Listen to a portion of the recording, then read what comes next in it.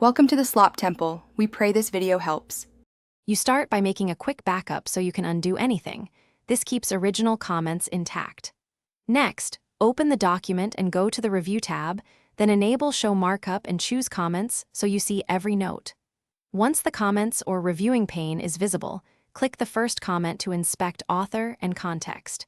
Now you're ready to remove comments selectively. Deleting from the pane targets a single comment without altering track changes or text content. Now remove comments based on your goal.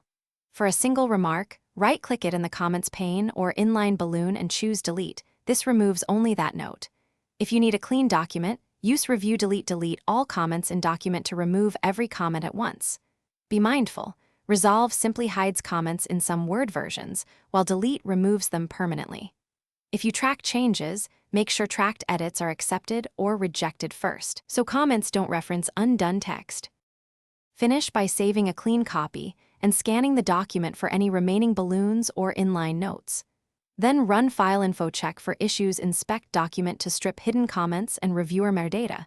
This removes comments stored in properties.